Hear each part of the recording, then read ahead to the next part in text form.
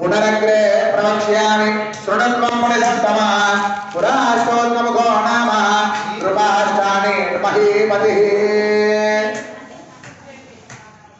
పూర్వకాలంలో ఉల్కాముకుడనే రాజు జితేంద్రియుడు, సత్యవాక్కు గలవాడు.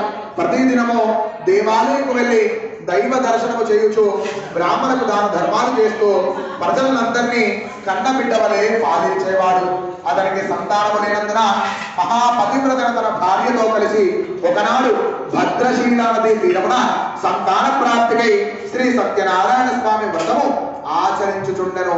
అదే సమయంలో ఓ షావుకారు వ్యాపార నిమిత్తము ఓడ నిండా ధనముతో ఆ నది మీదుగా వెలుచు నదీ తీరంలో రాజు చెయ్యుచున్న వ్రతముగాంచి అదే వ్రతము తెలుసుకుందామని ఓడను ఆపివేయించి ఒడ్డుకు వచ్చి రాజును సమీపించి విషయము అడిగెను.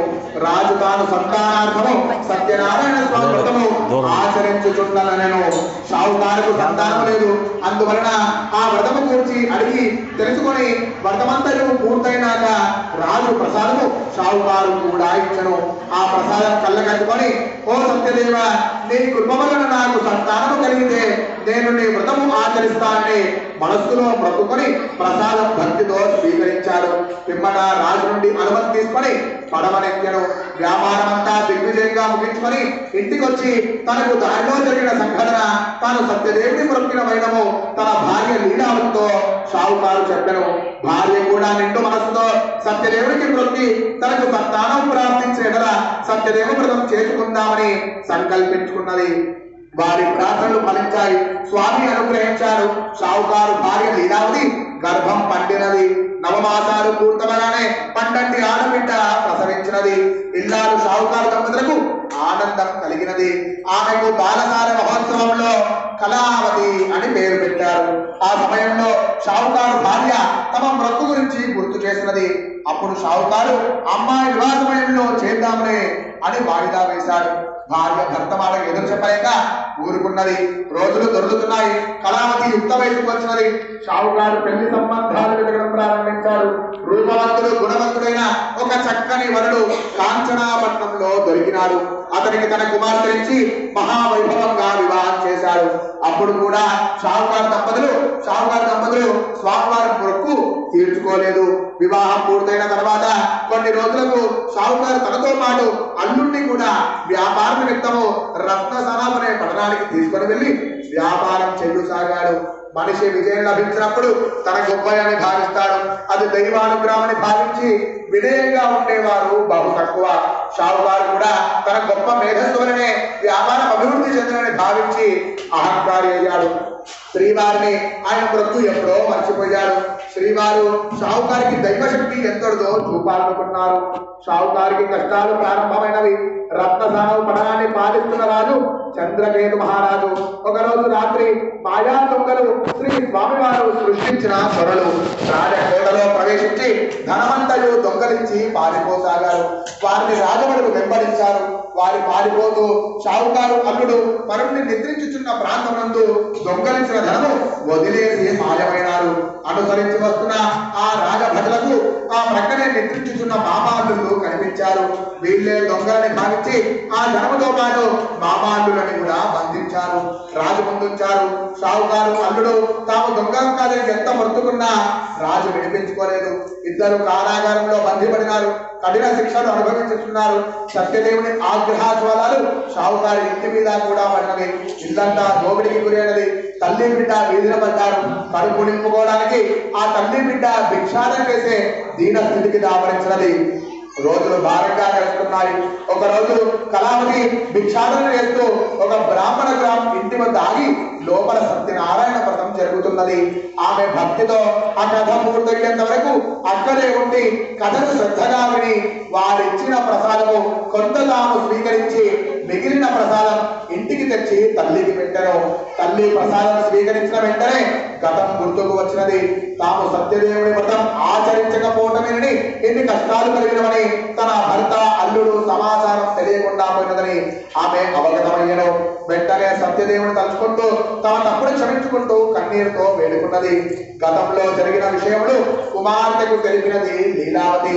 మరునాడు ఉదయముని లేచి సత్యదేవుని మనసులో సంకల్పించుకొని భిక్షాటన చేయగా వచ్చే ద్రవ్యంతో సత్యదేవ సామాగ్రి ఖరీదు చేసి శ్రద్ధాభక్తితో తల్లి కూతురులిద్దరూ సత్యదేవ వ్రతం చేసుకున్నారు. స్వామివారు దయార్థ హృదయులు, భక్తులని రక్షించడమే ఆయనకి ఇష్టమైన పని. ఈ రోజు రాత్రే చంద్రకేతు మహారాజులకు స్వప్నంలో సత్యదేవుడు కనిపించి జరిగిన సంగతులు చెప్పగా మరునాడు షావుకారు అల్లుడిని బంధ విముక్తి చేసి వారి సంపదతో పాటు ఎన్నో విలువైన కానుకలిచ్చి పంపాడు. చంద్రకేతు మహారాజు ఊహించిన ఈ పరిమాణము నాకు మామాళ్ళు మిక్కిలి సంతోషంతో రాజులకు ధన్యవాదం తెలిపి తమ దేశం వైపు బయలుదేరారు. इति श्रीस्कांत पुराणे रेवाकांडे तृतीयोऽध्याय समाप्तः। बोल नमः सत्यनारायण भगवान की। पूर्वाक्षर वेंడి మా పసుపు కుంకుమ అక్షంతలు వేయండి. మీరు కొబ్బరికాయ కొట్టండి. ఒక పిల్లలు కొబ్బరికాయ కొట్టుకోండి.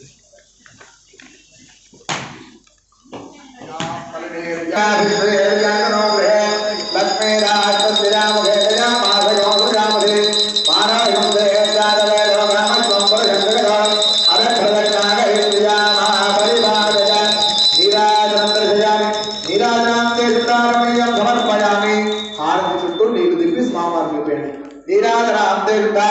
సమర్పయామి నమస్కారామి.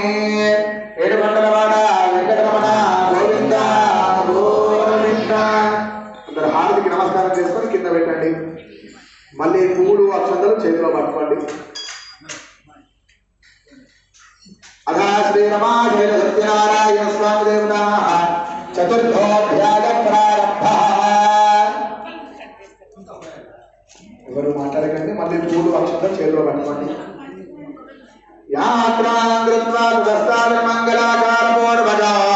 బ్రాహ్మణేభ్యో దత్త్వా నగరం ప్రతి. షావుకారులిద్దరూ తమ దేశం వైపు బయలుదేరారు. పోయిన ధనం పోతుందనుకున్న ప్రాణం తిరిగి రావడంతో పాటు తమకు విశేష బహుమతులు కూడా రావడంతో మామాళ్ళు మిక్కిలి సంతోషంతో పడవ మీద బయలుదేరారు. పడవలు భారీ సంపదతో భారంగా కదులుతున్నాయి. దురదృష్టవశాత్తు ఆ షావుకారు అల్లుడికి ఇది దైవ కృపలో జరిగిన సంఘటనగా గ్రహించలేకపోయారు. వారి మనస్థితి తెలుసుకోవడానికి సత్యదేవుడు ఓ సన్యాసి రూపం ధరించి షావుకారు వద్దకు వచ్చి, నాయన ఈ పడవలో ఉన్న సరుకు ఏమి అని ప్రశ్నించాడు. ఆయన బాలకము చూసి ఈ బికారి సన్యాసికి తాము సమాధానము చెప్పవలనా అనే నిరసన ధోనికి కొంత సన్యాసి రూపంలో వచ్చిన దొంగేమో అని రెండు వారి హృదయాల్లో నిర్లక్ష్యం ప్రవేశించింది. షావుకారులిద్దరూ ఈ పడవలో ధనమేమీ లేదు, ఆకులు తీగలేనున్నాయని నవ్వసాగారు. సన్యాసి రూపంలో ఉన్న సత్యదేవుడు తథాస్తు అట్లాగేవుగాక అని పలికి అదృశ్యుడాయను. బరువుగా ఉన్న పడవలు ఒక్కసారి తేలికైపోయాయి.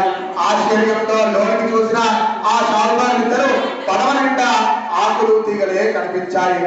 గుండె ఆగినంత పైన ఇద్దరికి చాలాసేపు అలసిపోయేలా రోడసాగారు వారిద్దరు. కొంతసేపటికి అల్లుడు తెలివి తెచ్చుకొని మామను ఓదార్చసాగాడు. మామ, మనం సన్యాసికి అబద్ధము చెప్పిన కారణంగానే మనకి దుస్థితి వచ్చినది. అందువలన ఆయన ఈ చుట్టుపక్కల ఎక్కడో ఉంటుంటాడు. వెతికి పట్టుకొని క్షమార్పణ వేడుకుందాం. సన్యాసులు దయార్థమూర్తులు. వారు మన ప్రార్థన ఆలకించకపోయినా మనకు మేలే చేస్తారు. పద అన్నాడు. షావుకారు అల్లుడు సన్యాసి గురించి వెతకడం ప్రారంభించారు. కొంత దూరంలో ఒక చెట్టు కింద తపస్సు చేసుకుంటూ వారు హేళన చేసిన సన్యాసి కనబడ్డారు. పరుగున ఆయన వద్దకు పోయి తమ తప్పును క్షమించుకుంటూ కాళ్ళ మీద పడ్డారు. బాబాలు షావుకారు కేసి ప్రసన్న వదనంతో చూస్తూ సన్యాసి రూపంలో ఉన్న సత్యదేవుడు ఈ విధంగా పలుకసాగాడు.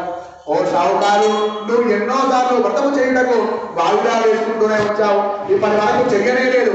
దాని పర్యావరణమే నీకు ఈ కష్టాలు అని చెప్పాడు. షావుకారికి విషయం అర్థమైనది. తనకు ఎదురుగానున్నది సన్యాసి రూపంలో సత్యదేవుడే అని అర్థమైనది. శ్రీవారిని మనస్సులో తలుచుకుంటూ ధనం లభించిన గర్వం లేకుండా భక్తిలో సత్యనామం జపిస్తూ తమ దేశం వైపు బయలుదేరారు. పడవలో పాటి కాలం సాగుతున్నది. వారు తమ సప్తవర్ణానికి సమీపించసాగారు. ఈ విషయాన్ని ఒక దూత ద్వారా ఇంటికి కబురు పంపారు. సరిగ్గా అదే సమయానికి లీలావతి కళావతి సత్యనారాయణ వ్రతం జరుపుకుంటున్నారు. వేగు ద్వారా విషయం విన్న తల్లి కూతుళ్ళు మిక్కిలి సంతోషించి వ్రతం పూర్తి చేసుకున్నారు. లీలావతి కథ పూర్తయిన విధవ ప్రసాదం స్వీకరించింది గాని భర్త వచ్చుచున్నాడనే ఆనందంలో కుమార్తె కళావతి ప్రసాదం స్వీకరించిన మర్చిపోయి తల్లితో వేగముగా నది ఒడ్డుకు చేరుకున్నది. ఆమె చూస్తుండగానే కళావతి భర్త అతని పడవ క్షేమంగా చేరినది. కళావతి భర్త అతను ప్రసాదం స్వీకరించకపోవడం వల్ల స్వామివారు చిన్న చూపు చూశారు. అంతే కళావతి భర్త అతని పడవ నీటిలో మునిగిపోయినది. ఊహించిన ఈ సంఘటనకు అందరూ దుఃఖితులన్నారు. షావుకారు స్వామివారిని ప్రార్థిస్తూ, స్వామి మేము ఏదైనా తప్పు చేస్తే క్షమించు, మా అల్లుడిని బతికించు, మేమందరము ఈ ఒడ్డునే కూర్చొని వ్రతము జరుపుకుంటాము. స్వామి ప్రసన్నవదులయ్యారు. ఆకాశం నుండి మాటలు వెలువడ్డాయి. ఓ షావుకారు, నీ కుమార్తె వ్రతము చేసి ప్రసాదం తినకపోవడం వల్ల నీకే కష్టం వచ్చినది. అందువలన ఆమె ఇంటికి వెళ్ళి ప్రసాదం స్వీకరించినచో నీ కష్టాలు తొలగిపోతాయి. తాము చేసిన తప్పు అర్థమైనది. కళావతి వడివడిగా ఇంటికి వెళ్ళి స్వామివారి ప్రసాదం కళ్ళకద్దుకొని స్వీకరించి మరలా నదీ తీరముకు చేరినది. ఆమె చూస్తుండగానే నీటిలో మునిగిన పడవ పైకి తేలినది. అల్లుడు హాయిగా నవ్వుకుంటూ ఒడ్డునకు చేరుకున్నాడు. షావుకారు భార్య, అల్లుడు, కుమార్తె నలుగురు ఆ నది ఒడ్డున కూర్చొని పవిత్రముగా నిండు మనస్సుతో అప్పుడే సత్యదేవ వ్రతం చేసుకున్నారు. స్వామివారు దయాహృదయుడు. భక్తులను రక్షించడమే ఆయనకి ఇష్టమైన పని.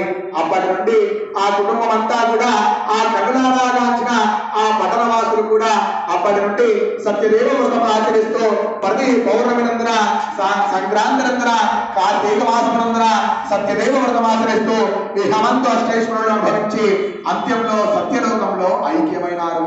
ఇదే శ్రీ స్కాంద పురాణే రేవాకాండే చతుర్థోధ్యాయ సమాప్తః. బోల్ రమాధర సత్యనారాయణ భగవానికి పూర్వాక్షరం వేయండి. కొబ్బరికాయ